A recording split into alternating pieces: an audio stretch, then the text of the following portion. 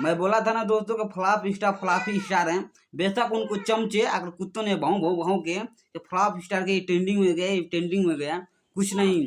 आज उनका गाना एक खेसारी लाल यादव जो फ्लॉप स्टार है, उनका एक गाना आया है सैया जी के मुस्किन, वो गाना फ्लॉप हो चुका है पूरी बुरी तरह से दोस्तों, जो कि बुल्लू बेस्ट भोजपुरी पे लॉन्च किया गया है, चढ़ाया गया है। अब मैं आपको स्क्रीन शॉट भी दिखा दूंगा कि 2 घंटे में दोस्तों सिर्फ 50,000 गया है, सिर्फ 50,000 दोस्तों। फ्लॉप स्टार मैं कहता हूँ ना कि पवन सिंह के आगे कोई नहीं टिकता है। भोजपुरी के शेर हैं, शेर रहेंगे।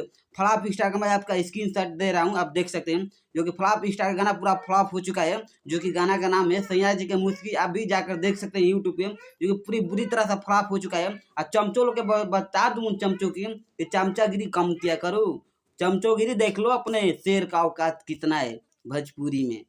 आकर भौंकने जैसे कुत्ते के भाव भाव भौंकने जैसे नहीं होता है, दम पर चलता है यूट्यूब पे गाने, कोई भौंकने ये कुत्ता नहीं। तो नमस्कार दोस्तों, अगर मेरे ये खबर अच्छा लगा हो तो मेरे चैनल को सब्सक्राइब करें और लाइक करें।